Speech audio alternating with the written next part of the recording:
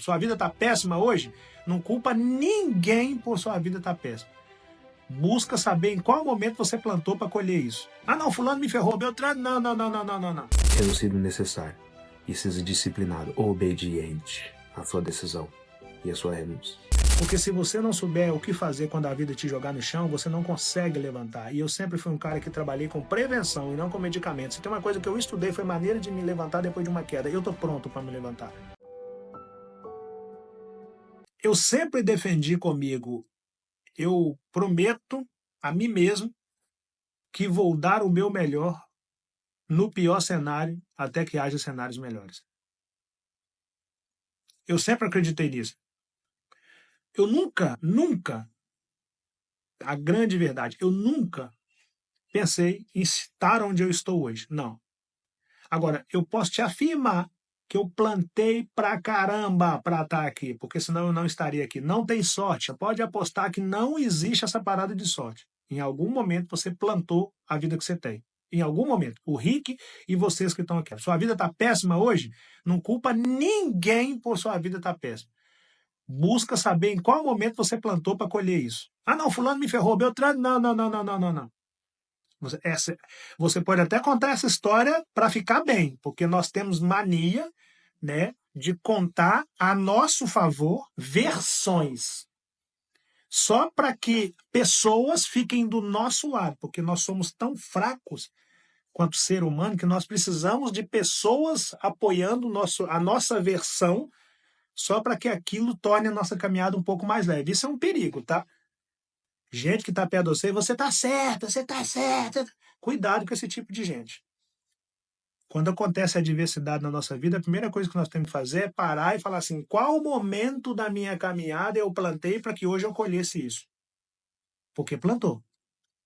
E a outra coisa a se fazer é, dá para arrancar tudo que eu plantei para que eu não continue colhendo isso amanhã? Outra coisa é, o que eu devo plantar hoje para colher outras coisas amanhã?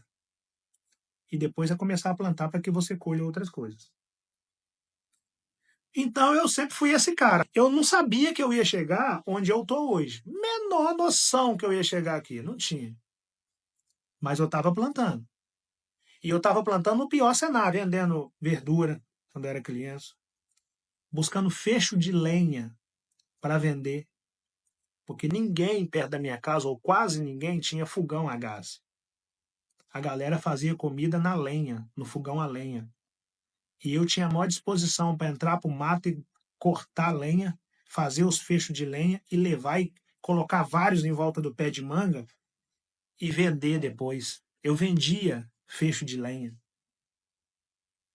Eu tinha disposição para fazer isso. Então eu ia dando o meu melhor ali, já percebendo que pessoas poderiam comprar aquelas coisas que eu oferecia. Fui começando naquele cenário ali. Depois eu fui vendo que todas as vezes que eu melhorava, que eu desenvolvia uma nova solução, eu possibilitava que mais uma pessoa comprasse aquela solução. Eu não sabia desse linguajar, desenvolver solução, eu não sabia disso. Mas eu comecei a perceber os problemas das pessoas e comecei a resolver os problemas. E isso foi me conduzindo para cenários melhores. Ou seja, eu comecei a vender verdura. Quando eu vi que pessoas compravam lenha, eu comecei a buscar lenha. Automaticamente eu estava plantando a possibilidade de vender lenha no futuro. E aí fui melhorando a mim mesmo, entendeu? Mas foi bem aos passos de tartaruga. Se tem uma coisa que eu fiz para estar onde eu estou, foi respeitar o processo. Tudo que você imaginar, eu respeitei o processo. Quando a minha veia estourou, a lágrima desceu.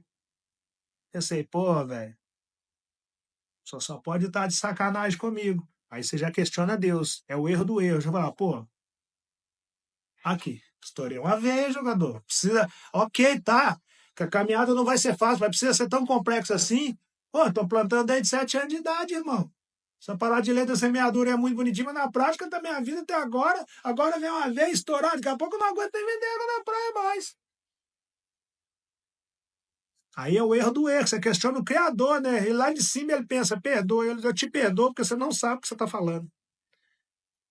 Que a gente vai para esse nível de extremo, 40, não colhi até agora? Perdi, a gente começa a pensar nessas paradas, mas ainda assim eu estava lá, dando o meu melhor, no caos.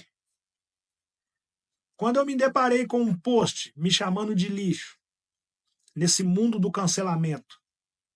Que a galera pensa que vai derrubar um guerreiro pela internet. Que guerreiro tá na selva, não tá na internet. Ele até usa a internet para trabalhar, mas na selva que ele é. 2017, eu já estava todo estourado já pelos fatos lá do dia 11 de março.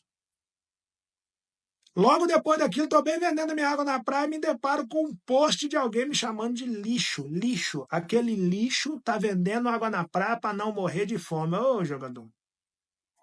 É pancada atrás de pancada, é causa atrás de causa, é eita em cima de eita. E ainda assim eu só fazia aqui, enxugava as lágrimas, juntava meus cacos, voltava para a arena e seguia a luta.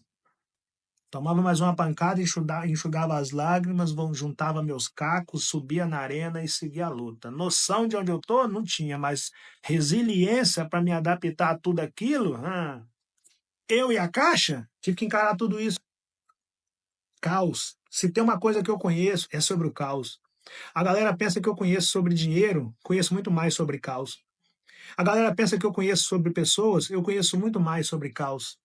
A galera pensa que eu conheço sobre motivação, eu conheço muito mais sobre caos.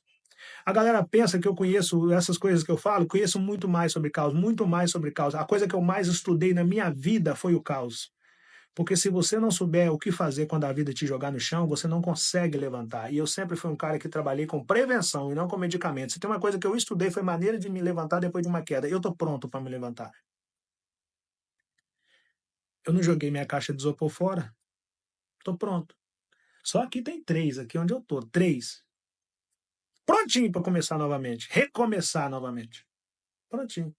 É o caos que me mantém de pé. Estudar o caos me mantém de pé. Saber o que fazer numa situação adversa me mantém de pé. Ter coragem de levantar, independente da idade, independente do cenário, e juntar os cacos e voltar para a arena me mantém de pé. Essas coisas que mantêm a pessoa de pé. Tem muita gente que pensa que a bonança chegou e resolveu e agora não tem isso. A qualquer segundo o jogo muda. Só acaba quando termina essa parada de jogo. Qualquer segundo pode mudar. Só que tem umas pessoas que se prepararam para se levantar depois das quedas. Tem umas pessoas que se preparou para lidar com situação adversa. É mais difícil. Para essas pessoas é mais complicado barrar uma pessoa dessa. Uma pessoa com a mente preparada para lidar com a adversidade, quem é você? Não tinha a chance de eu chegar onde eu estou hoje era tão pequena que eu fui me preparar para enfrentar o caos e não para lidar com a bonança. Eu fui me preparar para enfrentar o caos. Só que eu não sabia que enfrentar o caos, que me tornar um especialista em enfrentamento de situações caóticas, me traria para a bonança. Pegou a visão? Você não sabia disso. Eu fui enfrentando o caos, enfrentando o caos, enfrentando o caos. Eu não tinha noção que enfrentar o caos poderia me trazer para a bonança. E aí eu cheguei nessa tal de bonança. E aí a bonança também é um caos. Porque você tem que estar aqui sem ser soberbo, sem subir em salto, sem deixar, por exemplo, de estar na feira que eu estava ontem, me misturar aos meus, de não achar que o jogo está ganho, é outro caos. Aquela sensação, se eu quiser agora eu alugo um helicóptero, mas eu vou preferir ir para a feira de Barier, Piabetá. É a situação adversa da diversidade, enfrentar o caos. O vídeo de hoje é uma reflexão para incentivar vocês a pensar um pouco, né? No peso do fardo, naquela ideia de desistir por causa do peso do fardo, de jogar a toalha por causa do peso do fardo. E eu vou dizer para vocês, às vezes o fardo de fato pesa muito, né? Mas a minha vida, eu não tive outra opção se não seguir, então eu não dava muita ideia para o peso do fardo, né? Eu dava ideia apenas a, se eu desistir, eu não vou conseguir chegar a lugar algum, literalmente a lugar algum. Sonhar eu não sonhava, né? Porque era surto sonhar na realidade que eu nasci. Por outro lado, eu sempre fui inconformado com a minha condição atual e aquilo me levava a querer outras coisas para além de onde eu já tinha conseguido chegar. Então, primeiro a minha vontade foi comer carne, depois a minha vontade foi trocar um quichute por uma conga, depois a minha vontade foi não vestir mais roupa usada, que eu sou filho do meio, então vestir as roupas usadas. E era comprar minha própria roupa, e aí eu fui mudando as vontades, né? Eu era grato ao degrau que eu estava, mas eu era inconformado, eu sabia que poderia melhorar um pouco. Uma ficha que caiu para mim muito cedo foi que a vida não é justa, né? Mas que reclamar apenas da vida não ser justa também não resolve. Então eu comecei a aceitar que a vida não era justa e comecei a dar meus passos para melhorar, ao menos dentro da minha própria casa, porque quando eu melhorava da minha própria casa, eu provava que era possível melhorar e estimulava os meus a querer melhorar também. Então, sou muito grato por ter tido base familiar, por ter base familiar. Sempre tive um pai e uma mãe, principalmente um pai, porque minha mãe adoeceu muito cedo, mas sempre tive pais que nos incentivaram a continuar caminhando, né? E nessa de continuar caminhando, eu cheguei ao último final de semana, do dia 20 de novembro, dia da consciência negra, que se comemora esse dia, e estava eu em Patos de Minas, Minas Gerais, fazendo uma palestra com meu amigo Flávio Augusto da Silva. E retornar dessa palestra, para sair de Patos de Minas e retornar ao Rio de Janeiro, estava eu com o meu amigo Flávio Augusto da Silva em um jato particular, voando nos céus do nosso país. E se eu tivesse desistido? Quantos ricos, né, cara, devem ter ficado para trás por causa do peso do fardo? Quantos ricos podem estar assistindo esse vídeo agora e pensando em jogar a toalha por causa do peso do fardo? Mas será que você também não consegue um dia estar num jato particular? Talvez ao lado, por exemplo, do Flávio Augusto da Silva? Será que de fato é impossível? É quase improvável? Ou é possível mesmo não sendo fácil? Eu sempre acreditei na segunda opção, né? É quase improvável? É. É muito difícil? É. Mas não é impossível. Aconteceu com ele. Não é impossível. É lógico, eu me preparei muito durante 40 anos sem ter a menor noção de que era possível chegar aqui. Menor noção. Mas como eu sabia que não adiantava parar, reclamar apenas, etc., eu segui. E eu segui me preparando muito, né? Busquei conhecimento, não negociei com a disciplina, privei pela lealdade, pela humildade, pela simplicidade. Sempre valorizei muito os meus parceiros de negócio, fiz questão de jogar em equipe, faço questão de jogar em equipe. Nunca abandonei a condição de aprendiz para que eu continue absorvendo, para até que assim eu possa repassar. Por mais que vocês me escutem, me ouçam falando o tempo todo, eu sou um cara que prefere ouvir. Como no Instagram eu trabalho com voz, eu falo no Instagram, mas eu sou um cara que sempre prefere ouvir, que tem a absoluta certeza que a sabedoria vem de ouvir, e às vezes de falar vem o arrependimento. Por isso, ouvindo, você aprende mais, absorve mais e fala de maneira mais assertiva. Mas a mágica é, e se eu tivesse desistido? Talvez eu nunca chegasse a um 20 de novembro, dia da consciência negra, dentro de um jato particular, voando nos céus do meu país, ao lado de um dos bilionários dessa nação. É possível. Não é fácil não, tá, galera? Não é fácil. Mas é possível. Busque conhecimento. Preve pela lealdade. Valorize seus parceiros de negócio. Se afaste da manada. Transforme o seu meio. Jogue em equipe. Queira ir para o próximo nível. Seja inconformado com o lugar que você está. É possível sair daí. Não interessa qual é o degrau que você está. É possível sair daí e subir. Continuar subindo. O comportamento tem que ser de pé da montanha. Não interessa onde você alcançou. Você ainda está no pé da montanha. Eu tenho certeza absoluta que assim como aconteceu comigo, um dia pode ser você. Dentro do mesmo jato. Com os bilionários do seu país. Ou você pode ser o bilionário. Levando um grande amigo no seu jato particular. Cara, visão? É mais isso. Decisão, renúncia e disciplina. No caminho que te leva para o extraordinário, você já construiu esses 3 degraus? Na sua escada que vai te conduzir ao extraordinário?